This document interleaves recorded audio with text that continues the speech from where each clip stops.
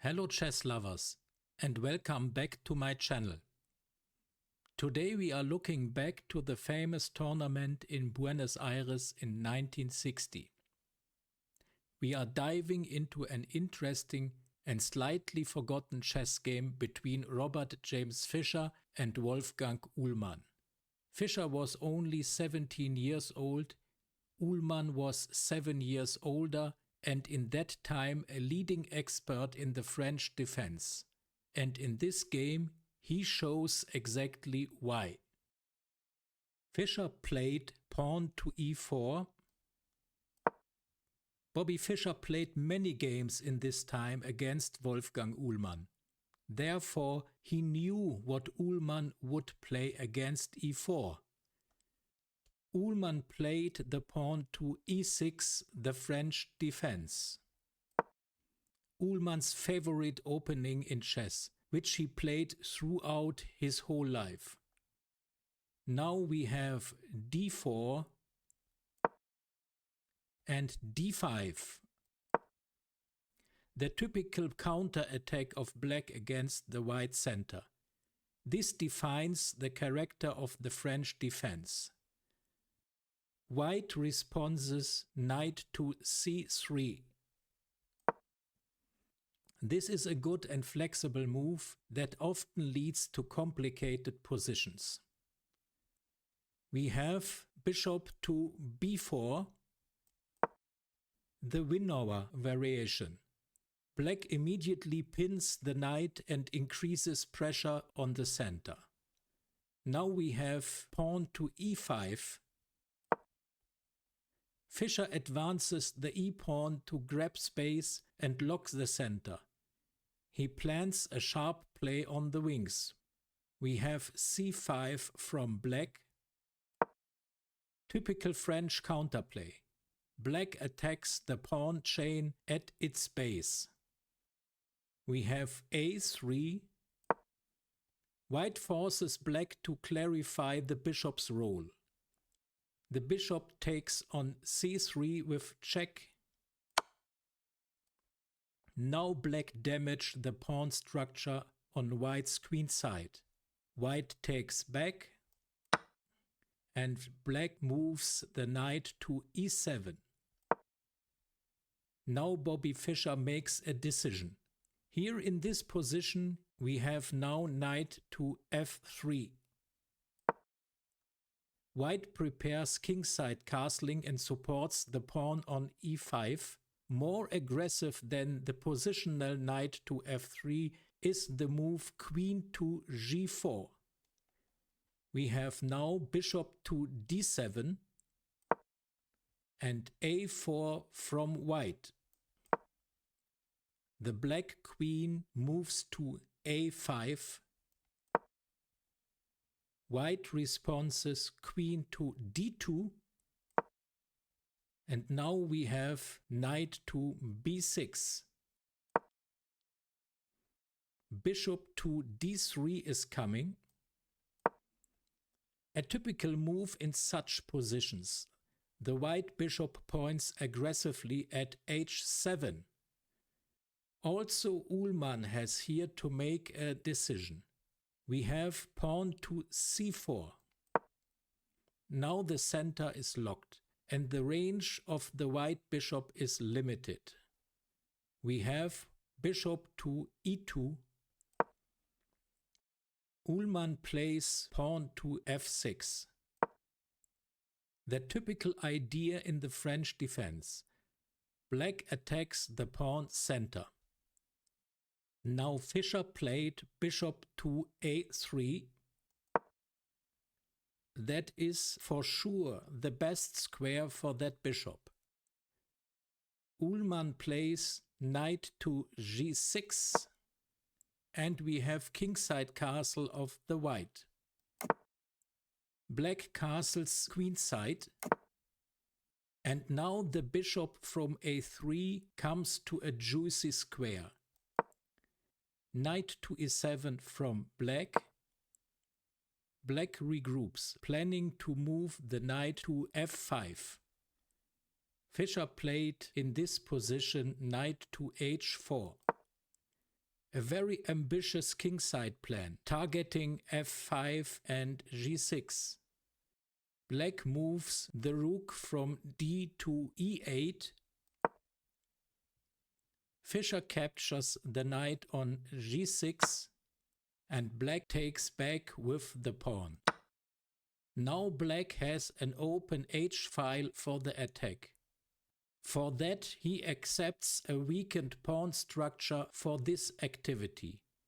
h3 from white, and the black knight moves to f5, an excellent square for this knight.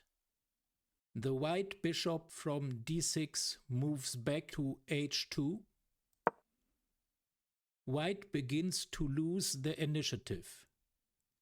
And in this situation, Uhlmann launches a pawn storm against white's king. The response of white is pawn to f4, and the black knight goes back to d6. At first sight, this is an ideal field for the knight, but pawn g4 immediately would have been better. We have bishop to f3, and now we have pawn to g4. That is the best response. After that, the chances are equal.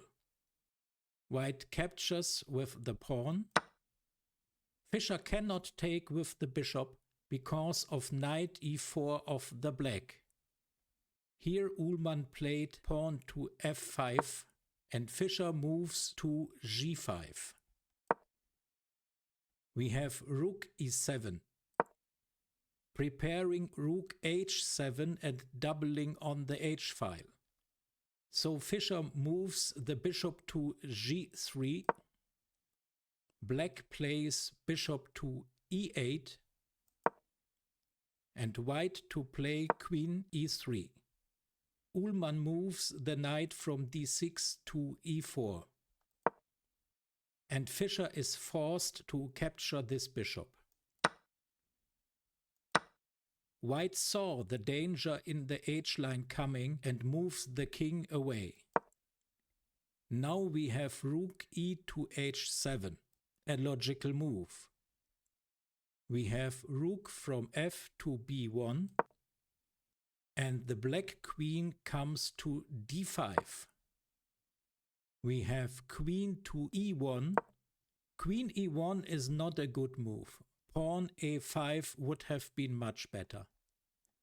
Black comes with the rook to h1, and Fischer captures this rook. After the queen goes back to e3, we would have an equal game. To capture the rook on h1 is a mistake. A brilliant move. That passed pawn becomes a monster. King to g1. The only legal move. And now the rook takes the queen. The e-pawn now is marching. White moves the rook to b5. That is desperation, but other moves are not so much better. Bishop captures on b5. White recaptures, and the queen takes back on b5. Now the position of white is lost. Bobby Fischer is forced to do something against the pawn on e2, so he played rook to e1. White has to stop the dangerous e-pawn. Uhlmann plays pawn to a5. The next pawn is running. Fischer captures the pawn on e2, and we have a4. Fischer captures the next pawn, and we have pawn to a3. Fischer's last ace is the g-pawn, so he plays g6. But the next move from black stops everything.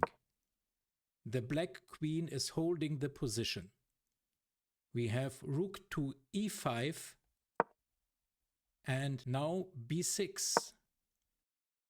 Bishop to h4. Pawn to a2. White moves back the rook to e1. We have queen to g7 and rook to a1. The black queen captures on g6. Game over. Bobby Fischer resigns because after rook captures on a2, the black queen is coming to h5. Young Bobby Fischer was the big favorite for the overall victory at the Buenos Aires tournament, but played one of his weaker tournaments here. But what went wrong in this game? Maybe Bobby Fischer played a bit too passive. This allowed Wolfgang Uhlmann to get a very solid position that is very hard to break. This game is a perfect example for why the French defense is so resilient. If White doesn't play aggressively, Black simply takes over the initiative. If you enjoyed this game, let me know in the comments if you like to play the French defense. See you in the next video. Goodbye.